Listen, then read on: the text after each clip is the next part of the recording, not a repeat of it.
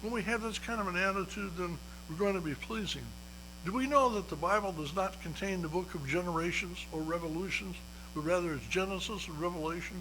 I hope so. And we will only know that if we are participants. Mission work was very common. People would go all over.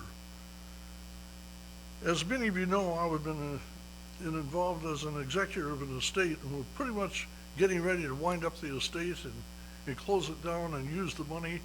And the money is to be used for the cause of Christ throughout the world. And so there's some mission trips that have been planned that have already been established to help support the work.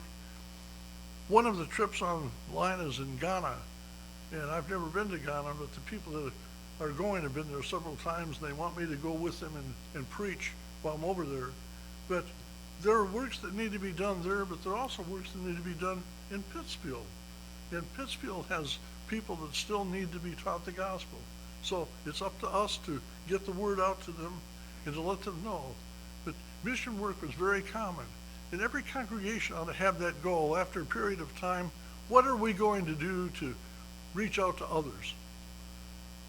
Not only that, but we can also look and see that we must be involved and teach people, and teaching for growth and haranguing is not the way to do.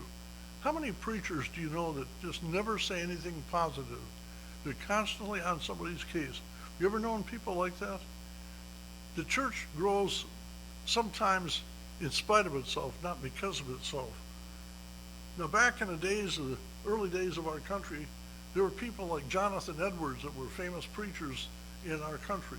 And his most famous sermon was "Sinners in the Hands of an Angry God." And he used the example that here's a man of God, and he's hanging just by a thread like a spider web. And God at any given time is going to snap that thread, and the man will be lost. And people were just horrified. And if they didn't come to services, they couldn't vote. Now, you know what they did when people fell asleep? Try this, elders, and see what happens. They had a long pole, and on it was a cord with a 1-pound lead ball. And if somebody was asleep, they'd smack them in the head with that 1-pound lead ball and wake them up. People didn't sleep during services because the result of getting hit was something else. But nobody enjoyed coming to services. And when it was over, they would just get out as quickly as they could. Let's make sure that we don't make people feel guilty for coming, but thank them for coming and treat them the way they should. When preachers get involved and they just tell people all the nasty things, all they have to do is remember folks that lived in the first century and how they were ridiculed, and yet Jesus praised them for what they did. Don't allow guilt and haranguing to be anything that identifies you as an individual. I suggested some suggestions for the silent majority. That's most of us. We don't make waves, we just simply get the job done. We do what needs to be done, and nobody worries about it. If we have that kind of an attitude, then we're going to see some things that are pleasing. For example, we can look at how God wants us to be. That is, every member of the congregation needs to do some things that are pleasing to them. And as they come up with that attitude, let's make sure that we understand that we really have the idea of interdependence. We depend on one another. Jeff and his son and others are farmers, and those of you that are farmers in here, whether you're done harvesting your crops or not, acknowledge that you have to depend on a lot of individuals to get the job done. Somebody has to grow the seed and prepare it so you can plant it. Fertilizing has to occur. There's got to be other things that tractors and combines and other things have to be made. Maintenance has to be done. And the more people working, the better it is. There was a statement of a family where the father had a serious heart attack and wasn't able to do anything for a period of time, and it was right near harvest time. And all the area farmers came over and helped gather his harvest, and they took care of it for him. And the guy said, "Why did you do that?" And he said, "Because that's what farmers do for each other. They help each other." And he said, "I've lived in the city all these years, and nobody's ever done anything like that." And he said, "Well, maybe you need to live on the farm." And his point was, you need to be around people that will help you and that you will help them, and you depend upon one another, and you do things. When we have this interdependence, we're going to be pleasing. the Bible, the body then is one that we must really be involved with, and we must serve it to the best of our ability and try to help it grow and develop. How do we help it grow and develop? Well, physically, you've got all these boys and a little girl over here. If 20 years from now they were the same size, would you be concerned? Obviously so. And 20 years from now, if you girls in the back row there, if you hadn't changed any, would you be concerned? You might still like it because you're at the age where it's good to look at you, but it's the point that in 20 years from now, we would say, there's something wrong if we haven't changed in the way we look. Spiritually speaking, are you stronger or are you different than you were when you were first added to the body of Christ? And I hope the answer is yes, that you know more and that you can do more. And that's a very appropriate thing. Not only do we do these things, but we also find that when we have this attitude of serving God, where there's a variety of functions, there's members for every function. How many of you guys would like to preach full-time in here? Anybody? You want to be a full-time preacher? Starting next week, you want to come up and take over and preach every Sunday? Okay. How many of you want to lead singing every week? You want to be our song leader from now on? And it's the point that not all of us can do everything, but all of us can do something. And that's the whole key. Whenever we find our niche, make it work, and we'll be pleasing. And as we do these things, there's a variety of functions that everybody can do. Romans chapter 12 mentions all these functions that each of us must do to be pleasing. I'd suggest furthermore that an evangelist is one that is a proclaimer and an encourager. And if the evangelist never says anything to encourage you, then maybe you need a different evangelist. Now, there are times preachers preach moving sermons, and that means when he gets done with a sermon, frequently he'll be moving because it's one that's very offensive. And the Bible tells us to preach the word, to be in season and out of season. Tell it when it's acceptable. Tell it when they don't want to hear it. Tell the truth no matter what. But build people up and encourage them. Do things because they want to. Sometimes we say things and we don't mean what we say. You look at your child and they're going to be staying with some relatives for 2 days while you're gone. You say, now I want you to be good. What we really mean is don't be bad. That's not the way we should talk, but that's how we talk. We should say, now I know that you're going to do a good job, and I know that you're going to help do whatever they ask you to, and I want to encourage you, listen and do what they say and work with them, and you're going to have a great time. The child's much more likely to respond to the second than the first. So when we encourage, build up, edify, strengthen, let people know, that's what evangelists must do. And as they encourage, they need to keep faithful men and teach them. The Bible tells us in 2 Timothy 2, verse 2, commit thou the word to faithful men that they can teach others also. Take the time to teach them.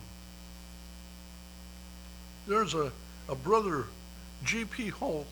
You've probably never heard of G.P. Holt, but he was the uncle of Lester Holt. Lester Holt is the NBC national news guy on TV. G.P. Holt was connected with a group of preachers, and they were around, and he decided these men have some capabilities. So he took 8 men and he divided them. And I told you this story before, but it's an example again of what I want to talk about. He divided them into 4 groups, 2 men in each group. He gave each group 1/4 of the Bible. And he made group A memorize the first fourth, group B the second fourth, all the way through.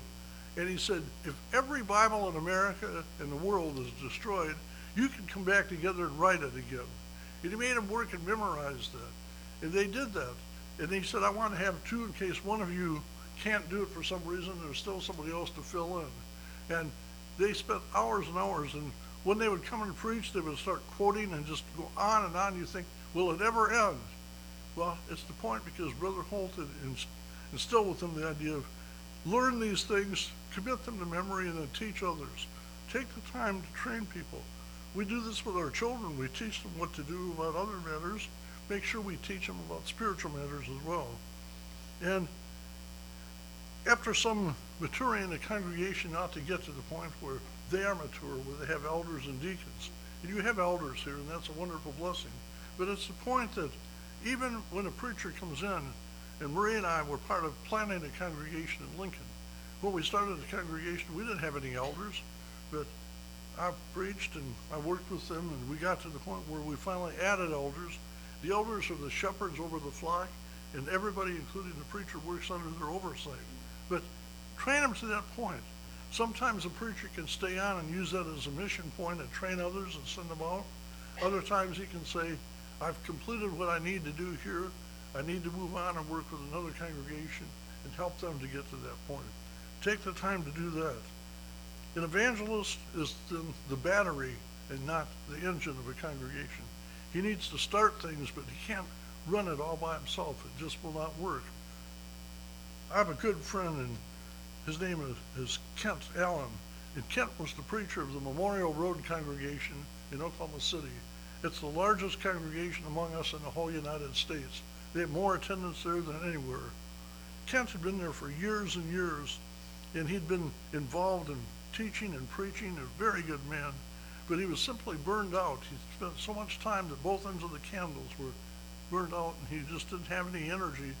And so the congregation said, we're going to replace you, but we're going to give you a year's pay, and we want you to just take some time to study and build yourself back up, and we will use you, or some way we'll figure out something for you.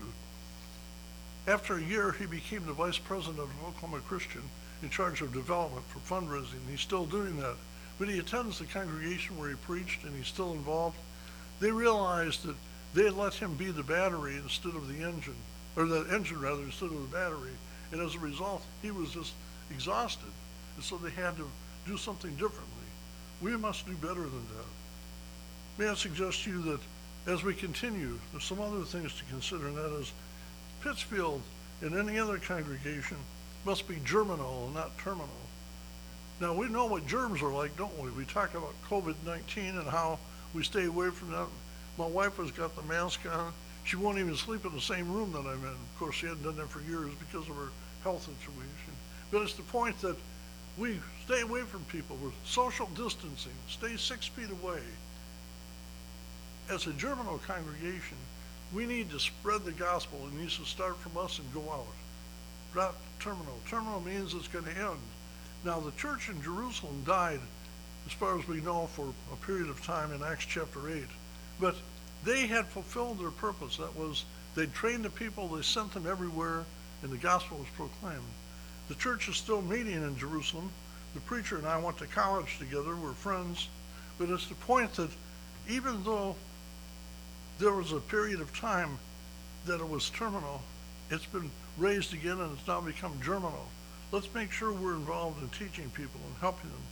And after we get to that point and we've established some things, then like the Thessalonians, the ones that sounded out the word, they were germinal. They wanted people to know this is what you must do.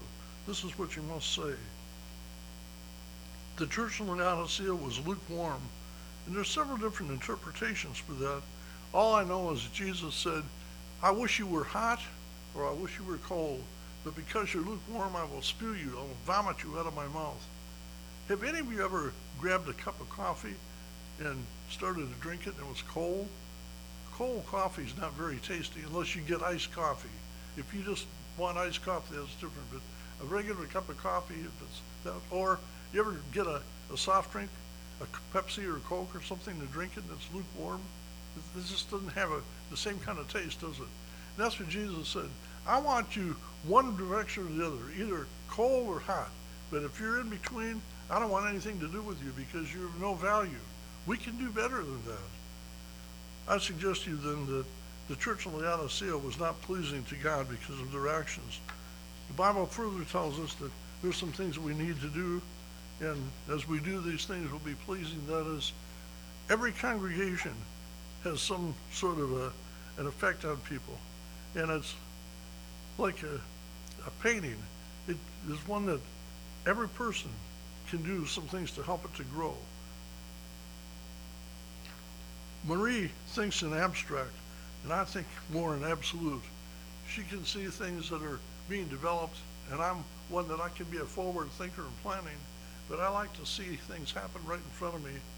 And that's why jigsaw puzzles, other than doing the edges, drive me crazy, because trying to figure all these things out.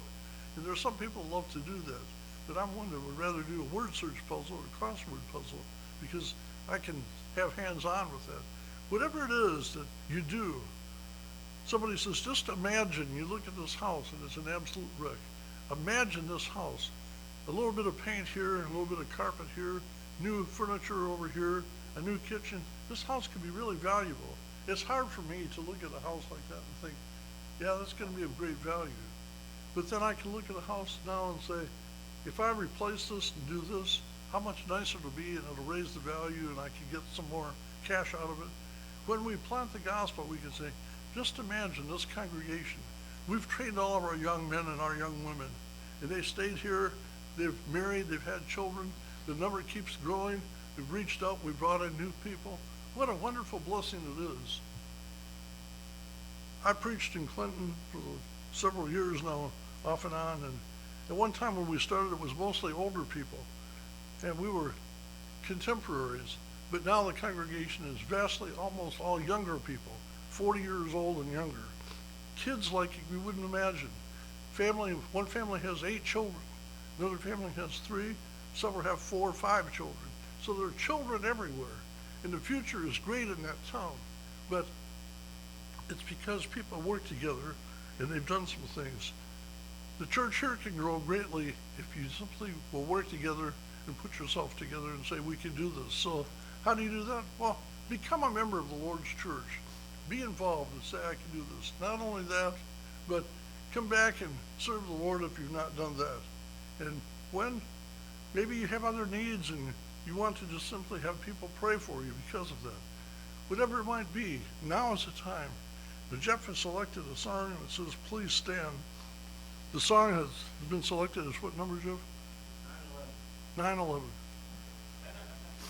Okay, the sermon today is on Be Ready. 9/11 is the song. If we can help you, won't you come as we stand and sing?